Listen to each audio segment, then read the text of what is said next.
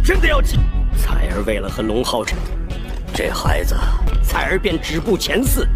林心，你的嘴巴如我相信他一定。闭嘴！你们想的那么简单？什么恐怖的事？后彩儿没活在这世上，我呀，有欺负。我在这里欺负晚辈，连你都无法获得他的考验。遵循，成功了。过。这是我第一次做球。呀，没有自由。Masuk ke bagian spoiler. Buat episode 49 yang bakal rilis lagi nanti guys. Udah pada penasaran kan gimanakah kelanjutan si Tyre sama Houghton nih? Apalagi ending episode kemarin itu sungguh-sungguh membangunkan. Langsung saja selamat menonton. Di part sebelumnya kita semua sudah melihat pertandingan Houghton melawan Wen Zhao yang akhirnya dimulai. Mereka berdua langsung menggunakan armor ilahinya masing-masing dan bertarung guys. Houghton untuk pertama kalinya menggunakan pedang keajaiban yaitu Blue Rain Hibiscus of Light. Yang dimana itu semua orang terkejut. Pedang macam apakah itu? Para petinggi lainnya juga ikut terkejut setelah mengetahui itu adalah pedang keajaiban guys yang sudah tertidur selama kurun waktu 6.000 tahun lamanya. Saat pertandingan dimulai, mereka berdua saling menerjang dan melawan satu sama lain. Pertarungan begitu sengit. Namun nampaknya Houghton terlihat mendominasi guys. Mereka berdua sempat memanggil tunggangannya masing-masing, tapi pada akhirnya Wen Zhao pun terpojok dan dia akhirnya kalah guys sama si Houghton. Kerennya lagi kalah karena teknik barunya Houghton atau buatannya yaitu Revenge of Light. Kejadian itu membuat satu stadium heboh karena untuk pertama kalinya Wen Zhao menyatakan dia kalah guys. Houghton pun menjadi pemenang dalam kompetisi ini. Perayaan pun dimulai, penghargaan diberikan. Han Qian sebagai ketua menyambut mereka bertiga. Li Xin terlihat senang karena adik iparnya sudah memenangkan kompetisi. Orang-orang dari kuil assassin juga ikut senang dong karena kakak ipar mereka menang guys. Han Qian pun menyuruh mereka masing-masing untuk memilih salah satu peserta menjadi rekan setim mereka guys. Tapi hal membangongkan terjadi ketika giliran Houghton, dia memilih Lin Xin daripada Tyre. Wadi, keputusan gila itu semua orang di atas panggung auto terkejut, apalagi yang di luar panggung itu malah ribut guys. Secara bersamaan, 3 orang berteriak sangat keras yaitu Han Qian, Ying Suifeng, dan Lin Chen. Suifeng segera maju ke arah Houghton sambil bertanya guys, apa yang kau katakan? Apa kau serius mengatakan hal itu? Han Qian bergegas meraih bahunya Suifeng dan berusaha menenangkan dirinya guys. Dia menduga kemungkinan Houghton melakukan sebuah kesalahan atau mungkin salah ngomong. Tapi Houghton mengatakan dengan tegas sekali lagi, dia itu nggak salah memilih. Yaitu pilihannya adalah Lin Xin dari kuil mage. Pertama kali pada saat Houghton berkata kalau dia memilih Lin Xin, itu si Tyre langsung berubah guys. Yang awalnya dia berdiri dengan sangat tenang dan bahagia berpikir bakal dipilih oleh cowoknya, tapi tiba-tiba badannya menjadi kaku dan bergetar keras. Kalian ngerti kan ketika merasa ketakutan itu deg-degan parah dan badan mulai bergetar guys. 你真的要进？彩儿为了和龙浩辰，这孩子，彩儿便止步前4。林心， Wajahnya sampai memucat sambil mencengkram tongkat bambu miliknya itu. Dia berpikir apakah dia salah dengar? Harusnya nggak mungkin dong kan indera pendengarannya itu tajam sekali. Bahkan 2 kali lebih tajam daripada orang biasa guys. Nggak mungkin salah dengar. Dia pun bingung. Dalam hatinya terus bertanya-tanya. Kenapa Houghton kekasihnya itu memilih Lin Xin? Bagaimana dengan janji mereka berdua guys? Kalau kalian sempat ingat, Houghton itu pernah berkata akan melindungi Tyre seumur hidupnya. Tapi kali ini yang dipilih itu bukanlah Tyre, membuat si Tyre ketakutan. Tiba-tiba badannya menjadi sangat dingin. Dia merasakan sakit di dalam lubuk hatinya guys, sakit hati. Kak Li Xin yang berada di sebelah Chai berusaha menenangkan dirinya dan mengatakan dia tahu alasan kenapa Hao Chen memilih Lin Xin dibandingkan kekasihnya Chai.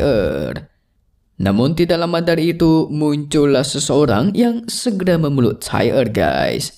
Sosoknya sangat pendek, tua, kurus yang sebelumnya berada di gudang harta aliansi yang tidak lain adalah Sheng Yue, kakeknya Chai. Dia segera mengeluarkan kekuatannya dan mengancam Hao Chen bakal dia bantai. Itu membuat wajah dari keenam para petinggi dari semua kuil itu pucat ketakutan guys. Jelas Sheng Yue atau kakeknya Chai kekuatannya bukan main. Namun tidak lama dari itu muncullah seseorang yang segera menghilangkan kekuatan itu. Sheng Yue pun mengatakan, "Yang Hao Han, jika kau berani mencoba menghentikanku, akan kubantai kau terlebih dahulu." Yang Hao Han itu kakeknya yang Wencao guys.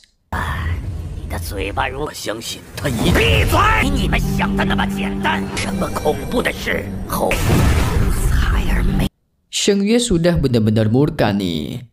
Niat membantainya sungguh tidak tertandingi setelah mendengar Hao Chen memilih Lin Xin daripada cucunya Chai. Namun tidak lama dari itu pilar cahaya keemasan pun muncul kembali dan menahan serangannya Sheng Yue. Tetap saja keenam kuil besar itu benar-benar khawatir dan gelisah guys. Karena kemungkinan semua orang yang berada di daerah itu bakal menerima luka atau bahkan sampai meninggoy akibat serangan sang kakek Sheng Yue. Namun tiba-tiba muncullah seorang orang tua yang berkata, "Saudara Sheng Yue, kau tidak perlu terburu-buru. Karena sebenarnya jika kita melihat aturan dan regulasi, Hao Chen itu nggak melakukan kesalahan apapun." Sehingga dia menyuruhnya untuk membiarkan Hao Chen menjelaskan semuanya terlebih dahulu, barulah bisa putuskan si Hao Chen itu salah ataukah tidak. Itu semua adalah katanya Yang Hao Han guys. Dijelaskan juga Yang Hao Han ini adalah kesatria pertahanan dan strategi ilahi yang mengawasi markas aliansi. Dia juga sebagai pemimpin aliansi kuil saat ini. Namun Sheng Yue tetap emosi guys, mencoba menyerang Hao Chen. Usahanya sia-sia saja karena sebenarnya dirinya tahu walaupun dia sudah berada di langkah ke-9, nggak ada cara bagi dirinya untuk menghancurkan pertahanan milik Yang Hao Han dengan kekuatan serangannya guys. Kuat banget ya kakeknya Yang Wencao guys. 你活在这世上就是我呀！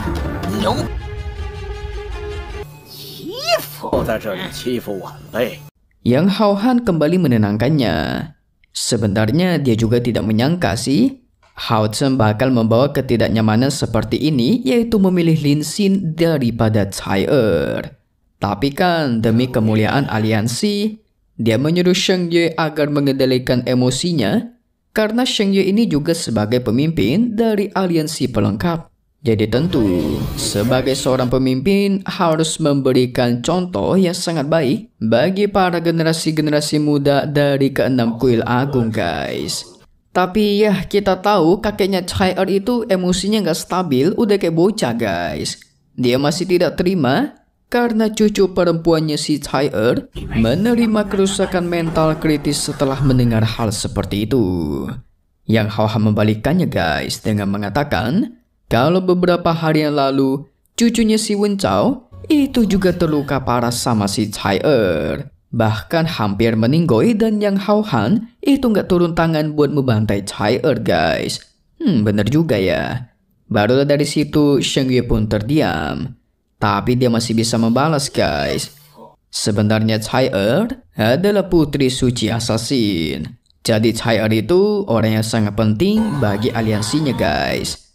Wajah Yang Hao Han pun berubah menjadi marah dong mendengar itu. Dia menjelaskan kalau memang benar putri suci sangatlah penting. Tapi Hao Chen juga lahir dengan sense of light atau putra cahaya guys. Terlebih energi spiritual internal bawaannya itu 97 poin. Jadi bisa dibilang Hao Chen nggak kalah pentingnya buat kuil kesatria mereka guys.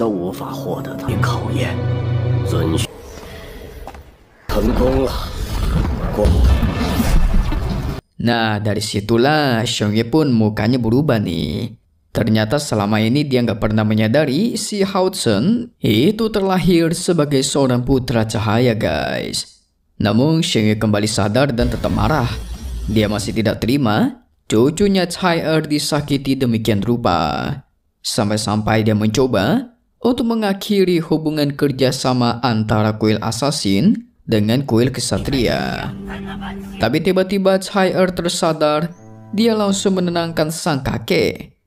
Dirinya mengatakan kalau ini adalah permasalahan antar dirinya dengan si Hao Chen. Jadi dia menyuruh sang kakek untuk nggak perlu ikut campur, guys. Cai Er juga berusaha menjelaskan sebenarnya Hao Chen memang enggak melakukan kesalahan. Karena jikalau emang itu pilihannya, maka Cai Er juga bakal menerimanya dengan lapang dada, guys. Nah, dari situlah setelah mendengar kata-kata dari sang cucu, si kakek Xiong Ye pun sedikit tenang. Dia mengajak Cai Er untuk pergi dari sini karena pastinya Cai Er akan terus dipermalukan sama si Hao Chen. Tapi Cai Er menolaknya, guys. Dia ingin tahu langsung apa alasan Hao Chen menolak memilih dirinya tadi. Di sisi lain, si Hao Chen berlutut di hadapan kepala Han Qian dan mengatakan kalau dia memiliki sebuah permintaan. Ternyata, guys, Hao Chen itu meminta untuk melepaskan tungku spiritual yang diberikan sebagai hadiah posisi pertama dan menukarkannya dengan memilih rekan satu tim lagi. Jadi kan Hao Chen juara 1 dan harusnya dia dapat tungku spiritual kan? Tapi ingin dia lepaskan dan ditukarkan dengan memilih satu orang lagi, guys. 这是我第一次做球。娘，没有自由。我会陪你看烟花。我有一个不得已。 Hao Chen benar-benar sangat serius ingin melepaskannya sampai-sampai dia mengatakan dirinya nggak bakal bergabung dengan pasukan pemburu iblis lagi. Dia sampai menunduk dan memohon, guys, agar permintaannya dikabulkan. Han Qian penasaran dong, siapakah orang yang bakal Hao Chen pilih di timnya lagi? Pertama Lin Xin, yang kedua siapa ya? Jelas, Hao Chen mengangkat kepalanya dan menjawab itu adalah Cai Er. Dari situlah si Hao Chen menjelaskan sebenarnya Cai Er itu memanglah orang yang ingin benar-benar dia pilih dari awal. Tapi dia harus memilih Lin Xin terlebih dahulu hanya karena dia memiliki sebuah perjanjian, guys. Hao Chen menegaskan kalau sampai permintaannya ini enggak dikabulkan, dia bakal menolak menjadi anggota pasukan pemburu iblis dan mengikuti Cai Er kemanapun dia pergi. Tentu keputusan seperti ini nggak bisa langsung diputuskan, guys, karena permintaan ini tidak sesuai dengan aturan kuil kesatria atau semua aliansi, jadi nggak bisa diputuskan hari ini. Sehingga Yang Hao Han pun mengumumkan agar pembentukan kelompok dengan menggunakan roulette bakal dilakukan besok, jadi kayak diundi gitu. Semua kontestan harus kembali dan beristirahat sekarang, terkecuali si Hao Chen dan semua perwakilan dari setiap kuil, guys. Mereka nggak boleh pergi dulu. Hao Chen segera menoleh mencari keberadaan Cai Er. Setelah menemukannya, dia segera lari ke arah Cai Er. Tapi sang kakek tidak membiarkannya, guys. Dia mengeluarkan tekniknya membuat Hao Chen terbang ke tengah podium. 也是可怜。 Lin Xin sampai berlutut kepada kakek Sheng Yue dan Cai Er. Dia mengatakan kalau sebenarnya ini semua adalah salah dirinya, guys, bukanlah salah Hao Chen. Dia sampai berkata kalau ingin menghukum Hao Chen, lebih baik hukum dirinya saja karena dialah yang sudah menipu Hao Chen. Tentu Sheng Ye penasaran dong dan meminta penjelasan kepada Lin Xin akan apa yang dia katakan tadi. Lin Xin menjelaskan kalau di hari itu, tepatnya di kota Aimei, Lin Xin sudah memberikan 3 botol pil sebagai ganti janji jika Hao Chen mendapatkan 3 besar nanti. Jadi Hao Chen harus memilihnya sebagai rekan setim, guys. Sebenarnya saat membuat janji itu, si Lin Xin sebagai seorang penyihir, dia tuh menyembunyikan fakta kalau dia nggak bisa menggunakan sihir serangan, guys. Cuma bisa bertahan. Makanya kalau kalian nonton pertarungan Lin Xin, itu dia cuma bertahan doang, nggak pernah menyerang, ya enggak? Harusnya ketika mulai itu si Hao Chen sudah mengetahuinya guys. Tapi nggak pernah disangka, Hao Chen walaupun udah menang, masih memegang janjinya dan memilih Lin Xin sebagai rekan setim. Karena merasa bersalah sudah menipu Hao Chen, Lin Xin ingin menjadi orang yang bertanggung jawab atas masalah hari ini. Dia sampai ingin membatalkan janji yang mereka buat saat itu dan keluar dari timnya Hao Chen. Setelah itu Hao Chen juga langsung menghampiri kakek Sheng Yue guys. Dia berlutut. Hao Chen menjelaskan dia mengakui kesalahannya membiarkan Cai sudah patah hati. Namun dia juga tidak akan membiarkan Lin Xin itu dihukum.